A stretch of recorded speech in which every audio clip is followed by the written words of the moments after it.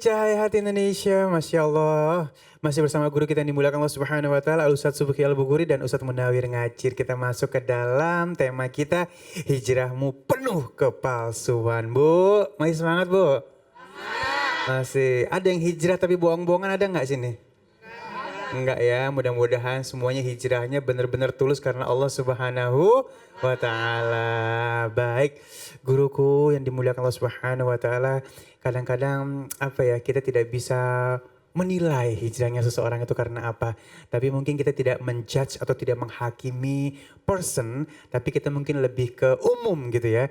Jangan sampai kita hijrah tapi hijrahnya karena kepalsuan. Nah, mohon ilmunya nih guru, kira-kira hijrah seperti apa sih yang baik? Apakah hijrah ikut-ikutan atau memang hijrah karena memang kitanya yang mau hijrah karena memang sudah mendapat peringatan dari Allah Subhanahu wa Ta'ala. Mohon ilmunya mungkin yang pertama guruku Al-Ustadz Subki Al-Bukhari, silakan. Ya, baik Habib Ali, ya, Kiai Munawir Ngacir, ya, beserta ibu-ibu di studio dan semua pemirsa Cahaya Hati Indonesia yang dimuliakan Allah Subhanahu wa Ta'ala. Kita sama tahu bahwa di Al-Quran disebutkan banyak sekali. Misalnya ada innalladzina amanu walladzina hajaru wajahadu fisabilillah. Itu ujungnya itu ada di dalam beberapa ayat dikatakan misalnya ulaika yarjuna rahmatullah. Ya, orang yang hijrah itu pengen dapat rahmat Allah. Kemudian juga ada ya, ayat lain menyebutkan a'dhamu darajatan indallah. Orang yang hijrah itu ya diawali dengan iman, didasari dengan keimanan kepada Allah, di samping akan mendapat rahmat Allah, juga a'dhamu darajatan indallah, akan mendapatkan pahala yang besar di sisi Allah Subhanahu wa Ta'ala. Dan juga misalnya dalam An-Nisa ayat 100, ya, wa may yakhruj min baitihi muhajiran, siapa yang keluar dari rumahnya untuk hijrah, ya, kemudian mereka wafat sebelum waktunya, dia sudah dapat pahalanya di sisi Allah Subhanahu wa Ta'ala. Dan juga yajid bil ardi muraghaman katsira wa sa'ah, akan mendapatkan tempat hijrah yang luas, rezeki yang berkah buat orang yang berjalan menuju Allah Subhanahu wa Ta'ala. Kita juga ingat orang yang udah bunuh 99 orang plus 1 aja karena sebabnya hijrah, padahal masih di tengah. Sampai Allah memerintahkan malaikat rahmat untuk mendekatkan ke tempat hijrah. Dan akhirnya walaupun dia belum beramal apa-apa, baru hijrah doang, dilandasi dengan niat ikhlas, bersih dan keimanan kepada Allah Subhanahu, akhirnya dia menjadi ahli surganya Allah Subhanahu wa Ta'ala. Makanya sesuatu yang bagus ini jangan disia-siain. Saya mau langsung ambil dari Surutut Taubah, karena orang hijrah ini kan taubat, betul nggak Kiai? Ya, saya mau ambil Surutut Taubahnya Al-Imam An-Nawawi di dalam Riyadhus Shalihin, bahwa syarat taubat itu 3+1. Berapa Bu?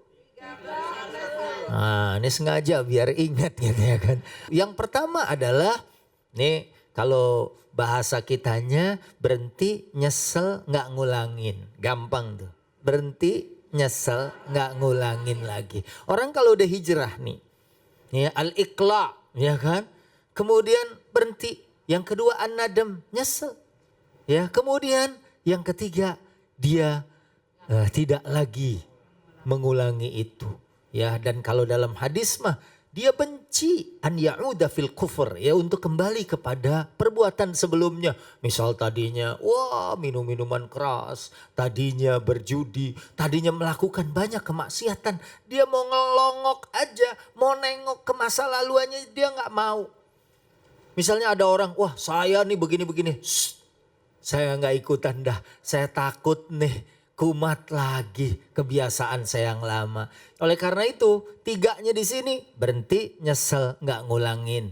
Dan yang satu, kalau dia hijrah, kalau ada hubungannya dengan orang lain, dia meminta maaf kepada orang lain. Itu misalnya dia dulu kayak maling, kemarin ada beritanya tuh, ya, pencuri motor ada di TV karena ketangkep CCTV, akhirnya pulangin setelah 4 hari.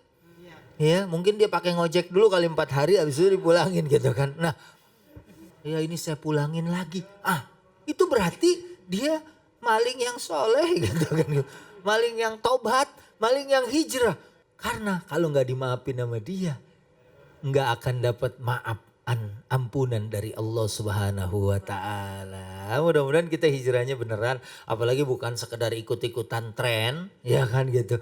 Tren bagus, kita ciptakan tren orang menjadi baik. Betul nggak Kiai ya? Tapi kitanya harus niatnya karena Allah, niatnya ikhlas biar kita dapat keberkahan hidup dan insya Allah hijrah kita akan bertukar dengan kehidupan yang baik di dunia dan akhirat. Amin. Ya baik, Masya Allah, mungkin Ustadz Munawir bisa menambahkan. Kadang-kadang memang aku menyikapi dari kalimat terakhir tren ya. Wah lagi ngetren hijrah nih. Terus bisa pansos dari hijrah gitu kan ya. Dengan hijrah bisa dapat masanya ini gitu ya. Nah ini ya mungkin itu hal yang baik sih menurut aku. Tapi mungkin ada niatan yang kita tidak paham. Mungkin bisa diluruskan Kiai, silakan. Bismillahirrahmanirrahim. Saya bukan meluruskan. Nah kalau ilmu beliau kan udah banyak kan. Kalimat hijrah, hajaro yuhajiru tahjiron. Berarti orang yang kepingin memperbaiki kehidupannya. Misalkan saya contoh kesehari-hariannya. Di masyarakat situ udah jelek, semuanya jelek. Kalau ingin merubah, tentunya hijrah. Nabi mengajarkan kepada kita kalau seandainya ingin merubah sesuatu ya pindah. Nah dengan pindah ini didasari dengan taubat. Nggak mau mengulangi apa yang di tempat itu kita berbuat. Kan Allah menjelaskan begini. Ya ayyuhalladzina amanu tubu ilallahi taubatan nasuha. Ilal akhiril ayat. Sadaqallahul azim. Ya ayyuhalladzina amanu, wahai orang yang beriman. Nong neng nang. Wahai orang yang beriman, bertobatlah kepada Allah Subhanahu wa taala dengan taubat yang sebenar-benarnya taubat.